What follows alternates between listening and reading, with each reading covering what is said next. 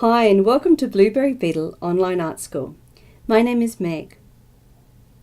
Today we're going to look at some basic drawing materials, and I thought the best way to learn about them would be to see them in context. I'm starting here with graphite pencils, often called lead pencils.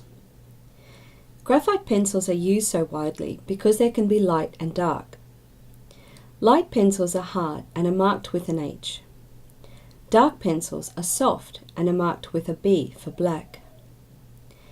An HB pencil has both qualities to some extent, but without smudging as badly as the darker B pencils.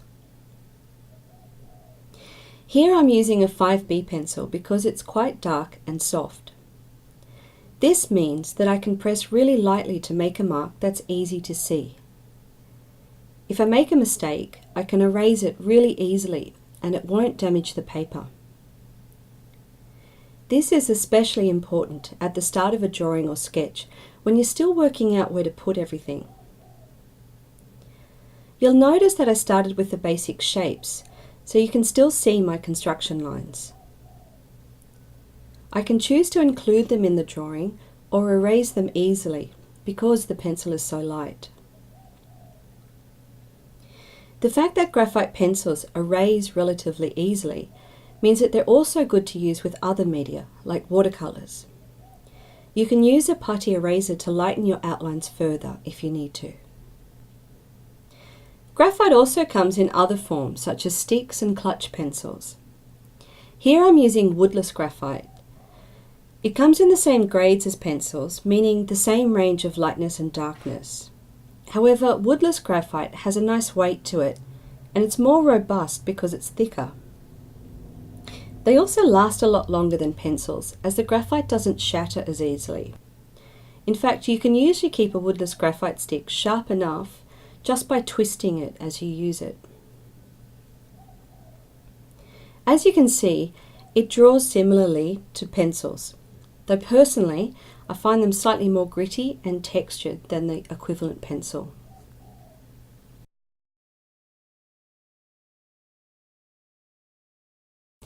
Here I want to show you wash pencils, which you can draw with like a graphite pencil, but you can also paint with if you add water.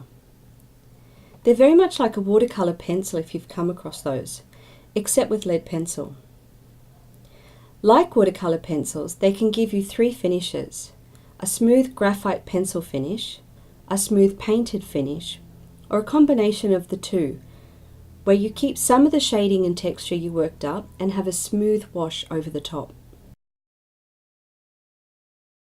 This is an 8B, so it's very dark and is good for emphasizing areas.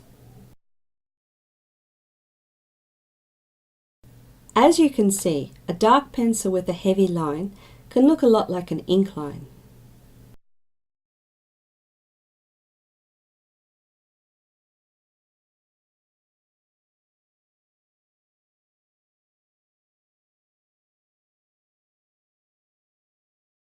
In addition to graphite pencils, we have other drawing pencils like Conte crayons, which come in a range of earthy colours, usually browns, reds, oranges, greys, and black and white. They all have a slightly different texture, so make sure you check them out in your art shop before you buy them. Some have a slightly chalky texture, which means that they leave a textured mark that's easy to soften by smudging. This dark brown is one of those.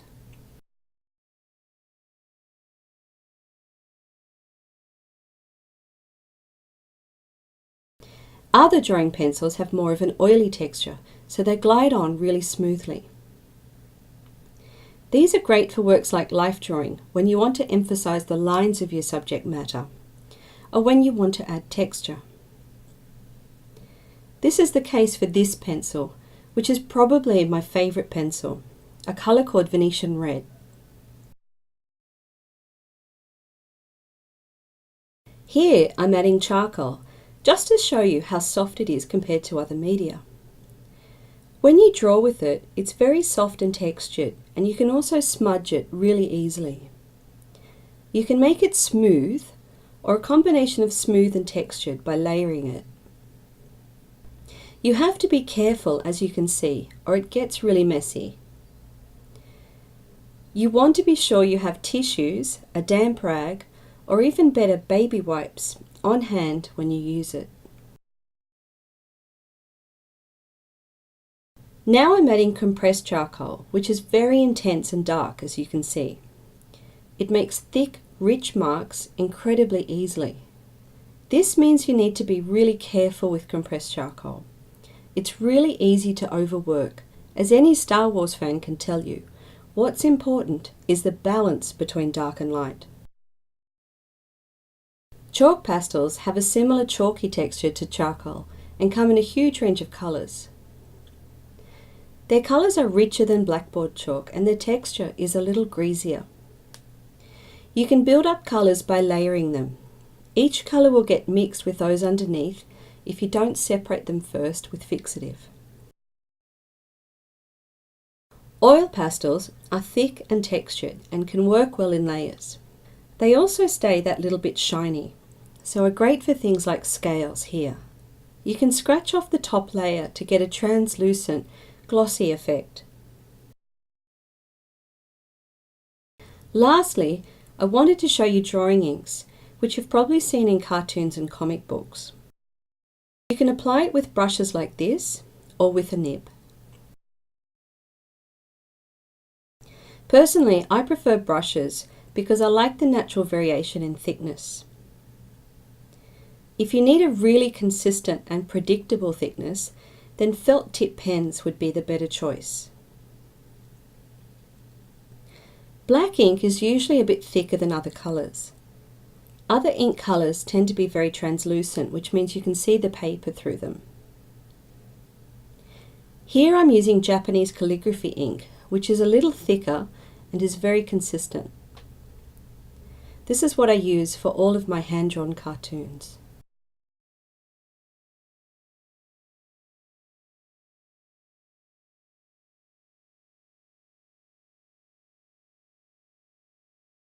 There are a lot more drawing materials out there, including different types of coloured pencils and textures, most of which I go into in the basic drawing course.